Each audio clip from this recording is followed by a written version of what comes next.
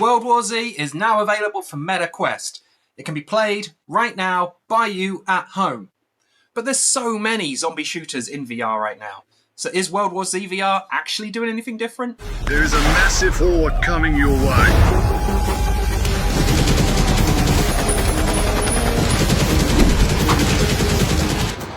So like many people out there, I absolutely love World War Z for console and PC. The most recent expansion, Aftermath, is huge, and it brings so much fun to cooperative zombie shooting. Think like the classic Left 4 Dead, but made for modern systems, and with much more complication in terms of what you can actually do with your avatar. And it's a great experience on flat screen devices.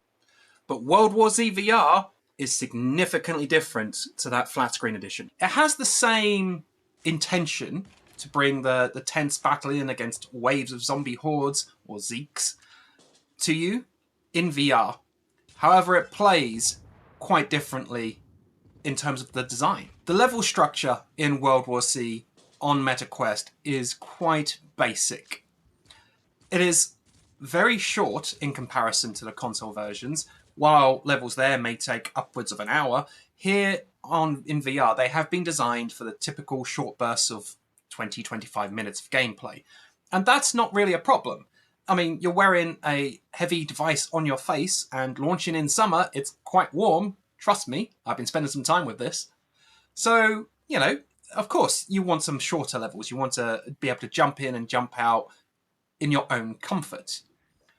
But what is there in those 20 to 25 minute levels is much more linear than you might be expecting from the flat screen edition of the game. It's basically a series of alleyways that then lead to large open areas where hordes will strike. And there is a little bit of variety on this, but by and large, that is the formula throughout the game.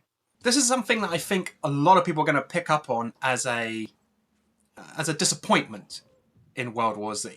It's very similar in how it plays in this respect to Zombie Army VR, which only launched a couple of months back.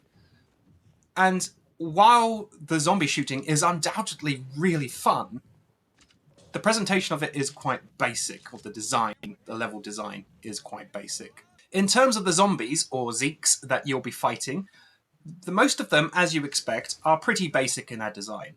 They'll come at you in numbers rather than much in terms of variety for most of the game. Now, when you're playing, and you are playing solo, we'll get to that in a bit. When you're playing 1, 2, 3, 4, 5, small amounts of them in the alleyway type areas, or even in a wide open spaces, as long as they're not getting behind you, small numbers are not difficult. It's when you get the large horde sections that it becomes more of a challenge. And even in the first few instances, these aren't going to necessarily take you down, but you might have to find a balance between keeping yourself alive and completing the objective that's at hand. And often, the zombies will just ignore you and go for the objective. So you have to make sure that you're taking them out in time.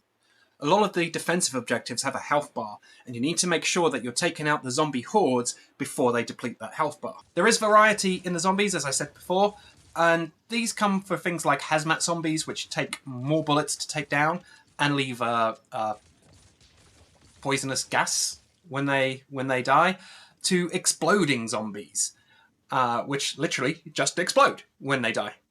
There's also, I can't remember what they're called, sirens or something, zombies that shout and attract other zombies. And if this all sounds pretty Left 4 Dead to you, you're not wrong. World War Z VR on MetaQuest is much closer to Left 4 Dead than it actually is the flat screen version of World War Z. Now, we got to talk about that co-op. The flat screen version of World War Z is a fantastic cooperative multiplayer experience. And here in VR, they've tried to replicate that experience, not by giving you the ability to play with other players, but by giving you AI teammates. And while these AI teammates are generally very good at what they're doing, there are some issues. Firstly, you're going to be starting with your silenced pistol, and you're going to be going down alleyways, sneaking around, trying to take up the zombies before you alert more of them. That's, pretty standard zombie shooting gameplay. But your AI teammates don't necessarily know this. So often I found that I would be sneaking around, pop, pop, pop, pop, getting headshots, taking out zombies one by one, and then suddenly some dude would come up behind me and start blasting with an assault rifle and alert every other zombie in the area. Your AI teammates, while they follow you the entire time, they're not independent enough to go and help with objectives or anything. They're not smart enough to realise what your tactical play is. Furthermore, you have limited healing supplies. I never encountered an issue with my teammates running out of ammo or anything, but their health bar, they're not smart enough to run away from exploding zombies. So their health bar will go down very quickly while they're shooting point blank at a zombie that is going to explode as soon as it hits the floor. So you'll find that your limited healing resources need to be shared between yourself and your 2 AI teammates. And I found, just as I did in the preview that we did before launch, which you can see up here, I found that it's best to reserve these healing supplies for yourself and 1 AI teammate. With these supplies being so rare for a lot of the levels, it's better to ensure that you have 1 fully healed teammate when you get to the climax of each level, than 2 teammates that have got like a third each remaining. Because, as I say, while they may not play with your tactics, they are very good at taking out zombies. So keeping 1 alive with you at all times is a much better tactic than risking both of them dying. As for not having co-op at all, now, the big thing about World War Z on flat screen, as it is on MetaQuest, is the amount of zombies that are presented on screen on any one time. It's significantly lower on MetaQuest. There's no getting around that. It is a significantly lower amount of zombies, but it is still very impressive, the amount that they've got moving at any one time. Now, I have to believe, I don't know this for a fact, but I have to believe this is the reason why there is no co-op in this game, because the processing power of the MetaQuest headset is dedicated to the volume of zombies, the amount of character models that need to be on screen at any one time, rather than, networking compatibility. And this is a shame, because World War Z, for all its flaws, for the issues with the AI teammates, for the basic level design, it's still really fun. It's still a really fun game. And it would be significantly more fun if you could play with even just 1 friend. So hopefully that's on the roadmap. Hopefully at some point we will get a second player able to join us on our World War Z VR adventures. But nothing's been said about this. I'm doubtful it will ever happen. So what World War Z VR presents is a really fun but basic zombie shooter.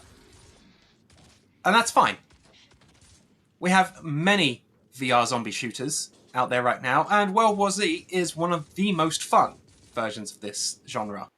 If you're looking for a zombie shooting VR co-op experience, don't ever bank on it coming to World War Z VR. Go get Zombie Army VR instead. That has co-op right now, out of the box. If you're looking to go and kill some zombie hordes in VR, World War Z is a pretty fun time.